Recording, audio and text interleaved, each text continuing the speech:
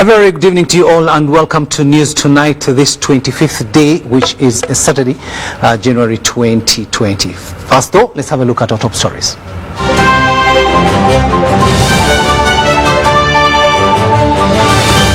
NRM Delegates Conference attracts hundreds.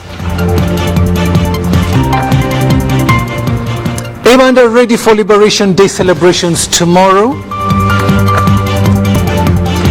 Elsewhere in the world, Iran raid left 34 US troops with injuries.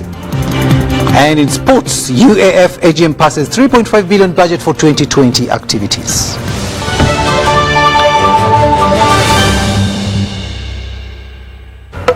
Hello there and welcome once again on Sign Language. It is Elizabeth Nakakoni and I am Edward Rukidi Kijanangoma.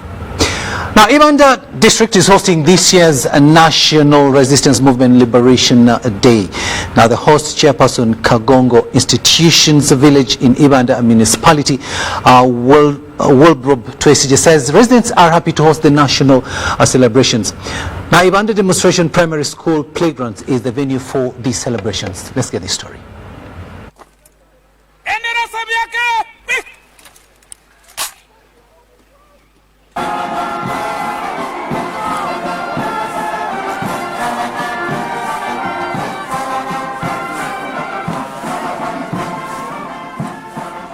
All roads lead to Uganda district this Sunday as the country marks the NRA National Liberation Day. Uganda Demonstration Primary School Playgrounds in Uganda Municipality is the host venue for this year's celebrations.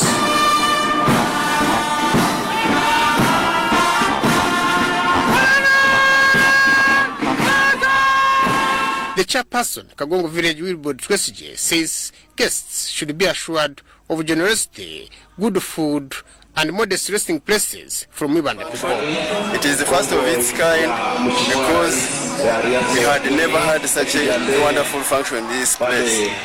And first of all, I thank the management that have come up with this, and I thank the organizing committee, for we are happy that even our people in this area are going to see what has been happening in other areas. By press time, rehearsals by the army, police, institutions, and communities around Uganda Municipality were in high gear at Uganda Demonstration Primary School Playgrounds.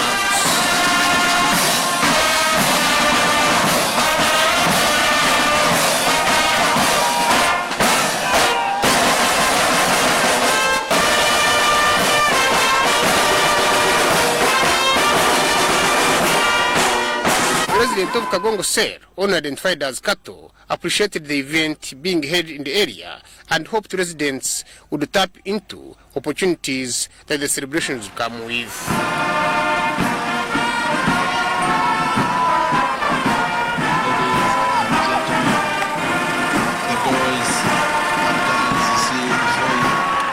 Rukundo Chris, also a resident of Kagongo Ser, said he was happy with the NRM national celebrations being marked in Uganda district, especially in his village, with some residents earmarked for medical. Because that's the day we are liberated from the forces of corruption, from the forces of injustice, from the forces of inequality, and now every Ugandan is able to celebrate that day because of the peace they have attained, because of the economic liberation they have attained, because of the well-being of each Ugandan at the moment. So it is in order for all Ugandans to celebrate such a day, and we thank the NRM government. A businesswoman and resident of Charutanga Ser in Uganda, Mujinya Stella Maris, thanked the NRM for ushering in peace that has enabled them to engage in business freely.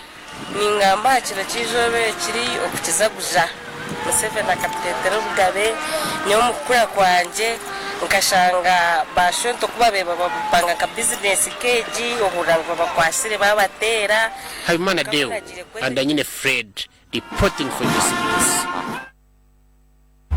Thanks, Deo and Anyine, for that story there. Now, when the National Resistance Army, NRA, decided to wage a guerrilla war in the 80s, one would think it was a smooth path because Museveni had a clear ideological plan and was committed to oust bad leadership. But that's far from that. Museveni as a person also survived death as he commanded his soldiers in Virembo.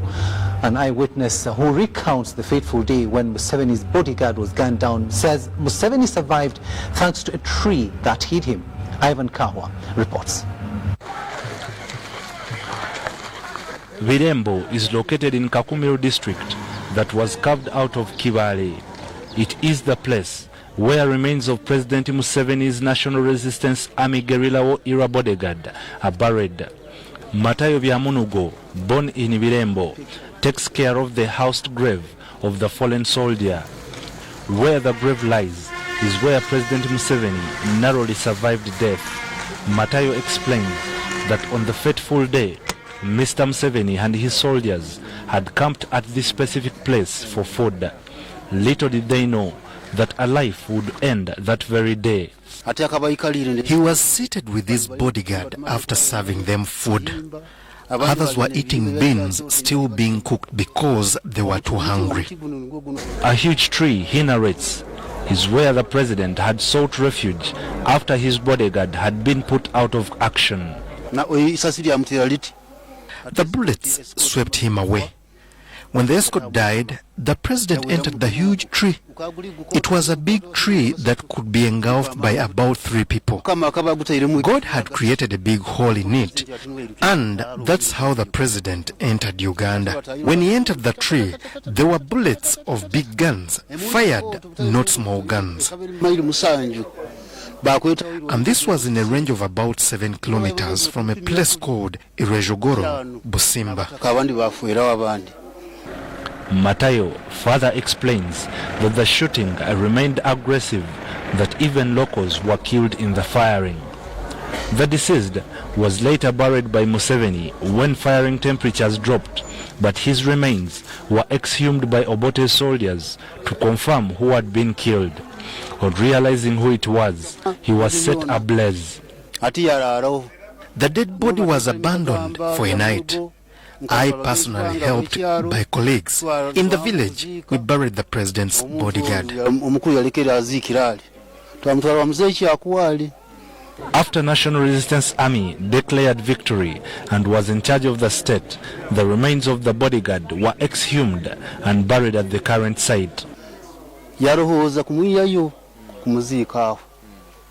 However, the president thought of getting him from where he had buried him. He was exhumed and buried here. We found when the bones had decomposed, but the uniform was intact, though torn. In memory of the fallen hero, a monument was erected and now gallantly stands at the burial site. Many believe that had it not been for the tree that saved Mr. Museveni, perhaps Uganda would be a different story today. Uganda celebrates her 34th liberation anniversary on the 26th of January 2020 to commemorate the day when the National Resistance Army captured power. Ivan Kahwa, UBC News.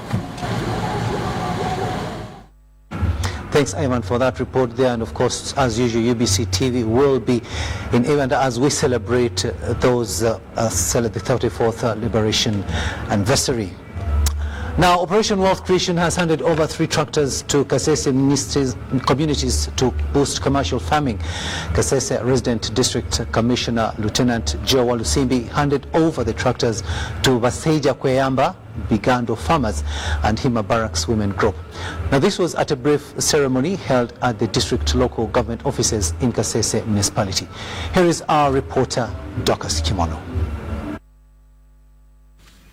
Farmer groups in Kasese district have been given 3 tractors aimed at majorly boosting their food production. Kasese is a renowned maize, rice and cotton producing district in the country.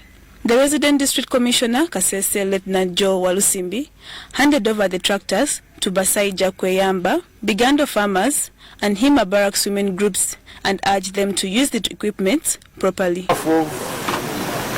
On behalf of NRM government, I commissioned these 3 brand new machines to go and serve the community. People should accumulate wealth.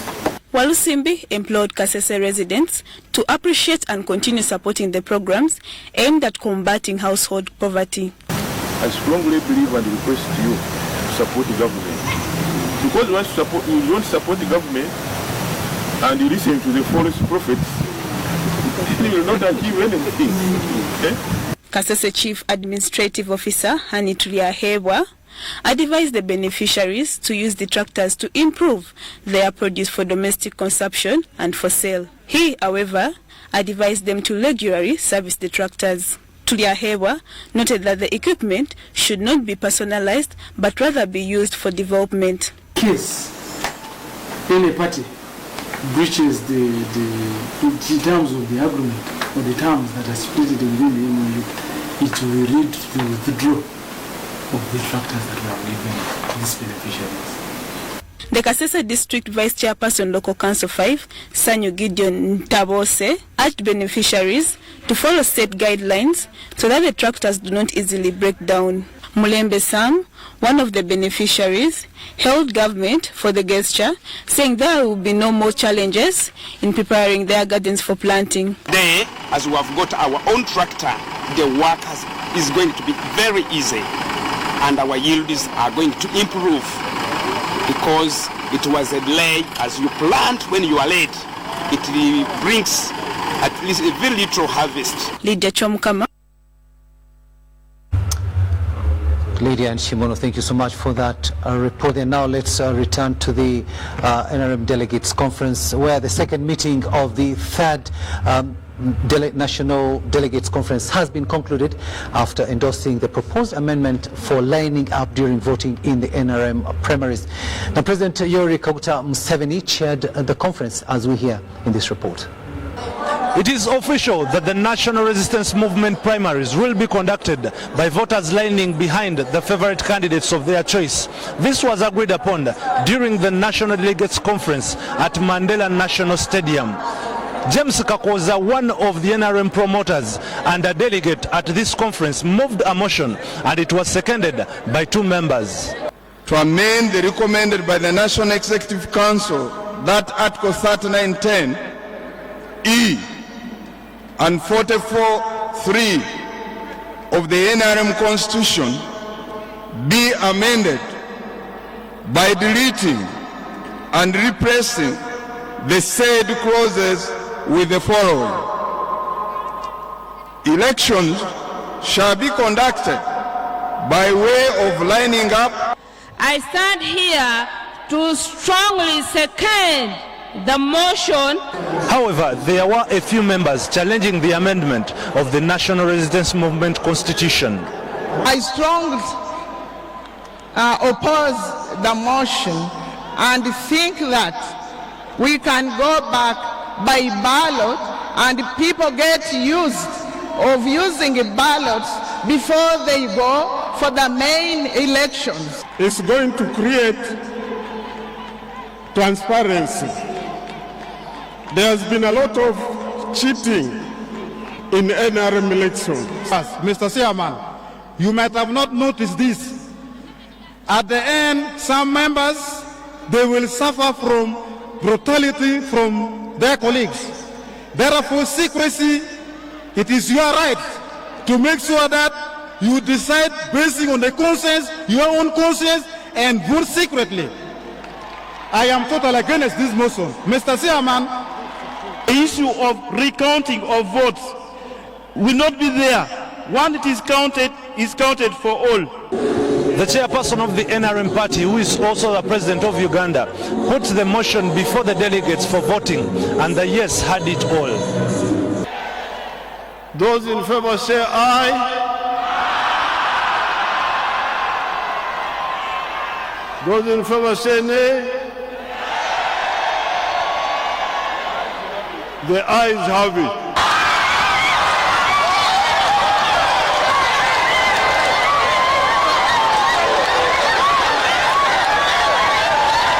What remains now is to print and distribute the NRM amended constitution to the members of the NRM party. Ivan Kahwa, UBC News at Mandela National Stadium. Thanks, Ivan, for that report there. Now, poverty and inadequate sensitization have been highlighted as the major contributor to poor hygiene among residents of Kasato village in Mengo, Kisenyi Parish, Kampala. Now, residents also argue that delays in garbage collection escalate the hygiene situation.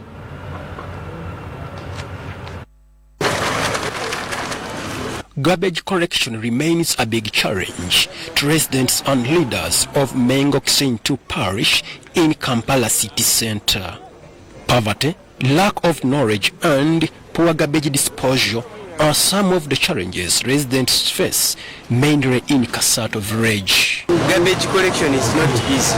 Like the street boys can dump anywhere they find.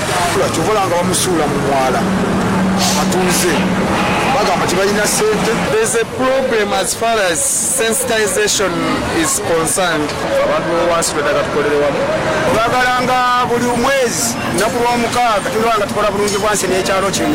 Abatwala kasasiro bano baddemu nga bwe baakolanga at least buli nnaku bbiri babe nga kasasiro we bajja ne bamuyola. Now, leaders have embarked on a voluntary campaign to clean their village as well as raising the sensitization levels for improved sanitation. Kampala Central Division garbage collecting trucks are also at hand to assist residents in cleaning up. The chairperson in Kasato village, Sande Nkoyoyo, now wants leaders to unite and work for the benefit of their communities and the country at large. Tuyambeko omukulembeze w'eggwanga okulaba nga tutambuza omumuli guno tuleme ebibya tusooke tubize emabbali oba FDC oba DP oba UBC oba NRM okoze eki. Residents say the hygiene campaign is aimed at maintaining good sanitation for quality livelihoods. Abraham Bwaita, UBC News. And that's the state of hygiene in Kasato village. We'll now take a short break, but we'll be returning with much more. Stay with us.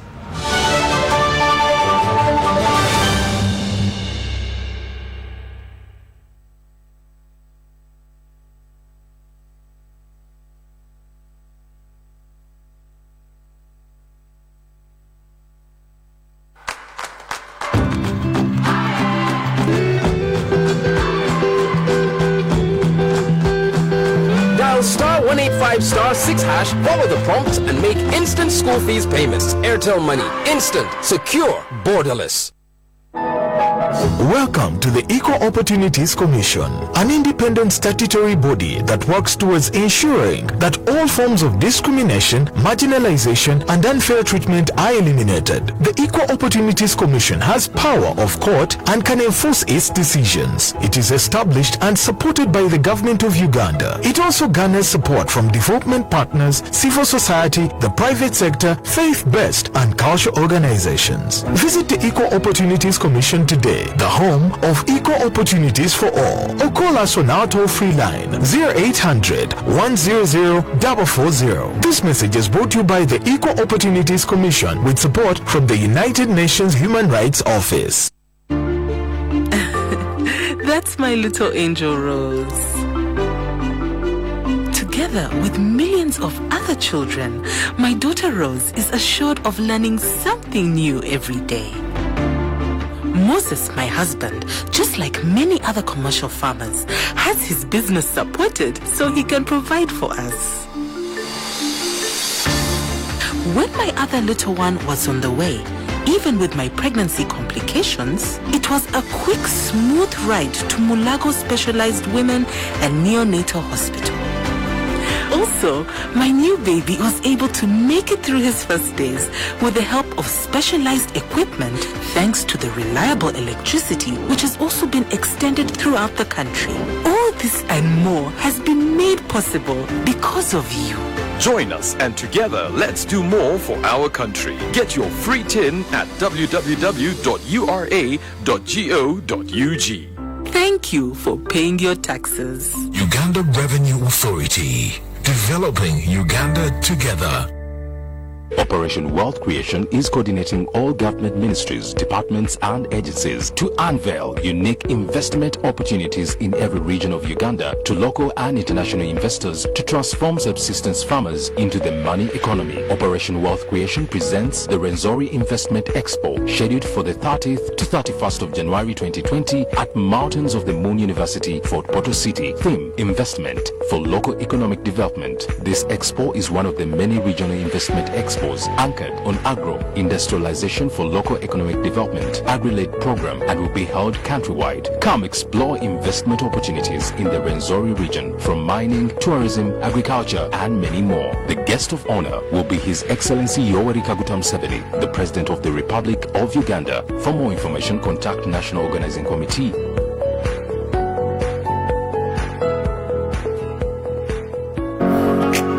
It's no secret that ICT makes learning easy. The strides made in our field could not be possible without it.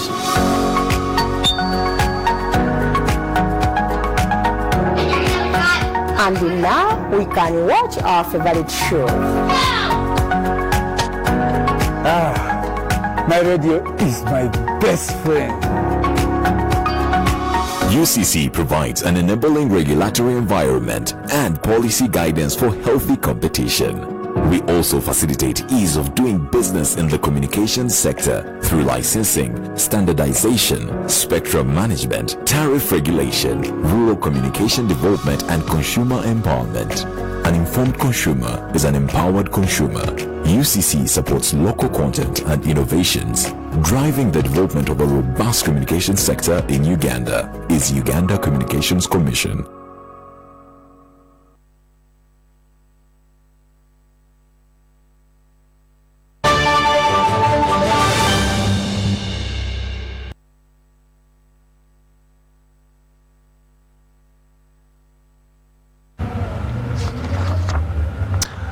Welcome back, and this is News Tonight here on UBC TV. A warm welcome to those of you just joining us on sign language. It is Elizabeth Nakakoni and I am Edward Rukidi Kijanangoma. Let's have a look now at what's happening in business. And hundreds of people have participated in a week-long business clinic in Kasese. The training was facilitated by Enterprise Uganda and at the request of the government of Uganda. Let's have this story. Kasese district residents and from nearby areas this week met at Kasese Secondary School for a business entrepreneurship and mindset change training.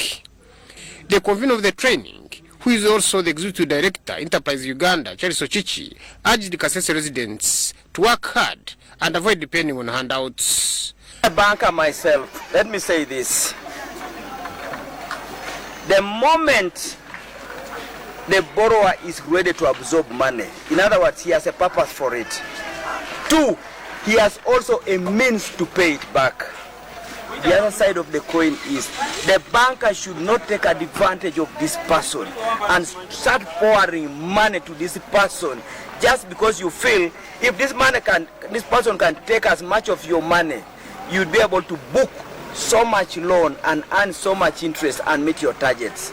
The woman member of parliament, Kasese district Winnie Chiza, commended Enterprise Uganda for the training and said the skills development will help in mindset change among the people of the Rwenzori sub-region.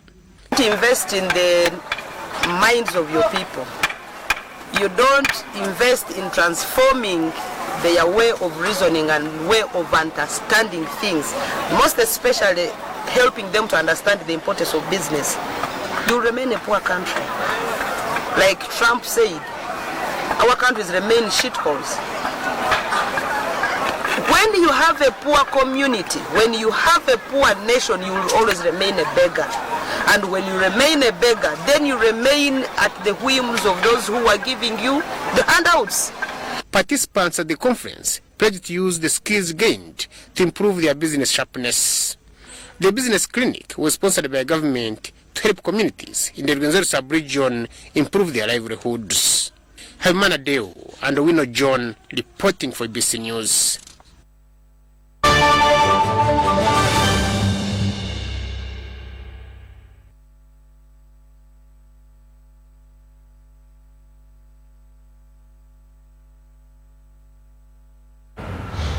World news now, and the Pentagon has said that 34 U.S. troops were diagnosed with traumatic brain injuries following an Iranian attack on their base in Iraq. 17 troops are still under medical observation, a spokesman said. President Donald Trump had said no Americans were injured in the 8th January strike, which came in retaliation for the U.S. killing of an Iranian general. Mr. Trump had cited the supposed lack of injuries in his decision not to strike back against Iran. But last week, the Pentagon said 11 service members had been treated for concussion symptoms from the attack. Asked about the apparent discrepancy this week at the World Economic Forum in Davos, Switzerland, Mr. Trump said, "I heard that they had headaches and a couple of other things, but I would say, and I can report, it is not very serious." Now the Pentagon says no Americans were killed in the Iranian missile strike on the Ain al-Assad base, with most sheltering in bunkers as missiles rained down.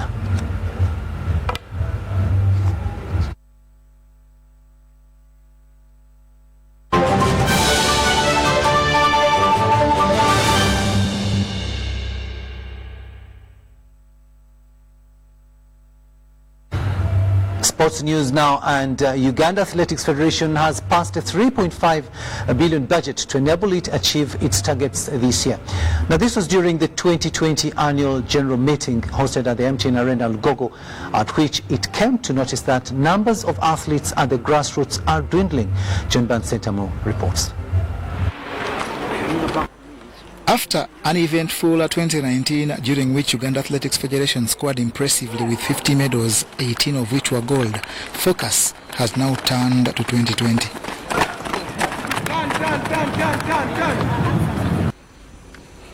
Focus this year is on numerous activities, but none as monumental as the Olympics, to be hosted by Japan in July.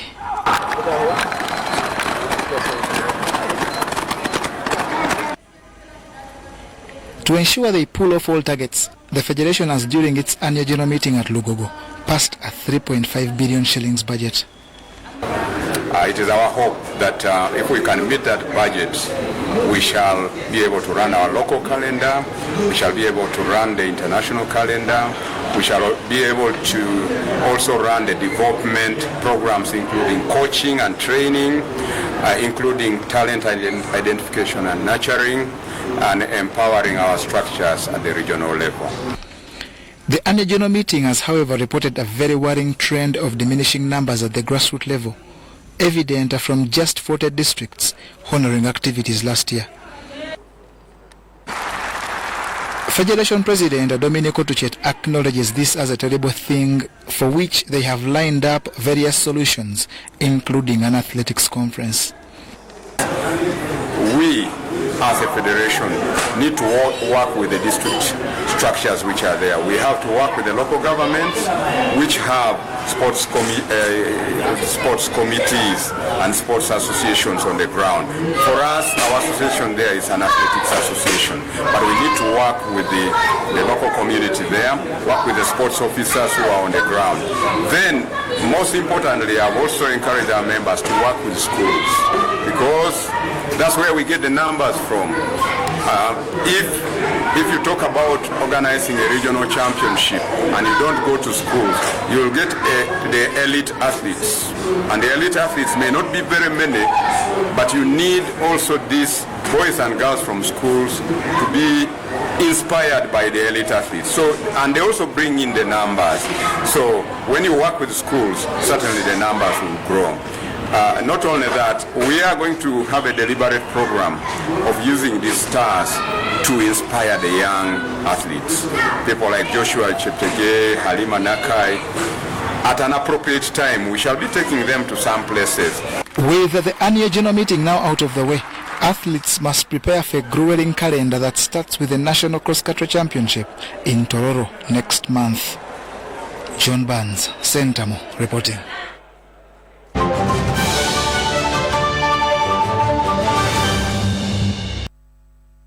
Let's have a look now at the weather forecast for tomorrow with Nabagiri Sharon at the Weather Center in Entebbe. dry, hazy, sunny conditions are still prevailing in most parts of the country, and this has reduced visibility, especially for road users and for fishermen in the morning hours. However, in the east, there were light rains that today morning we had Tororo reporting 1.6 millimeters. Bududa reported 0.2, as for Soroti it was 0.1 millimeters. And the satellite taken over Africa shows that the dry, dusty winds are still blowing towards our country, Uganda. I'm Sharon Nakajiri with today's weather report from Uganda National Meteorological Authority. Tomorrow morning we are forecasting bright and sunny conditions in the north. That includes Gulu and Kitgum. As for Kampala and Mbarara, we shall have light rains. Elsewhere we shall have sunny intervals. During the course of the afternoon we shall see a pickup of light rains in Jinja and in Tororo. Elsewhere the conditions will still prevail. Temperatures are expected to rise up to 31 degrees Celsius in Gulu. As for Kampala, temperatures will rise up to 27 degrees Celsius, while for Kabale Highlands, we are expecting temperatures to rise up to 23 degrees Celsius. For international weather forecast, we are forecasting light rains in London and in Tokyo. As for Nairobi, we shall have cloudy conditions. Temperatures will rise up to 23 degrees Celsius. That nicely brings me to the end of this weather report. Till tomorrow, have a great week ahead of you. Nakagiri Sharon, thank you so much for the weather prospects for tomorrow, and a good night to you as well. Now, before we leave you, let's have a quick reminder of our top stories. Headlines: NRM Delegates Conference attracts hundreds. Uganda ready for Liberation Day. Iran raid left 34 US troops with injuries. And in sports, UAF AGM passes 3.5 billion shillings budget for 2020 activities.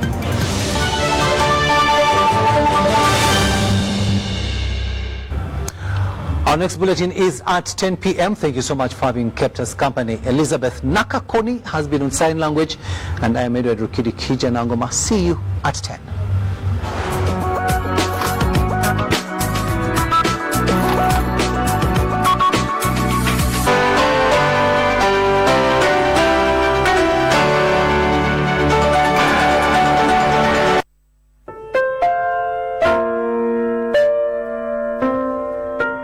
Family of Engineer Ezekiel Solomon Baraba and Professor Ezra Srum of Kabale District with deep sorrow announced the untimely death of their father/brother, Engineer Ezekiel Baraba, which occurred on Friday 24th January 2020.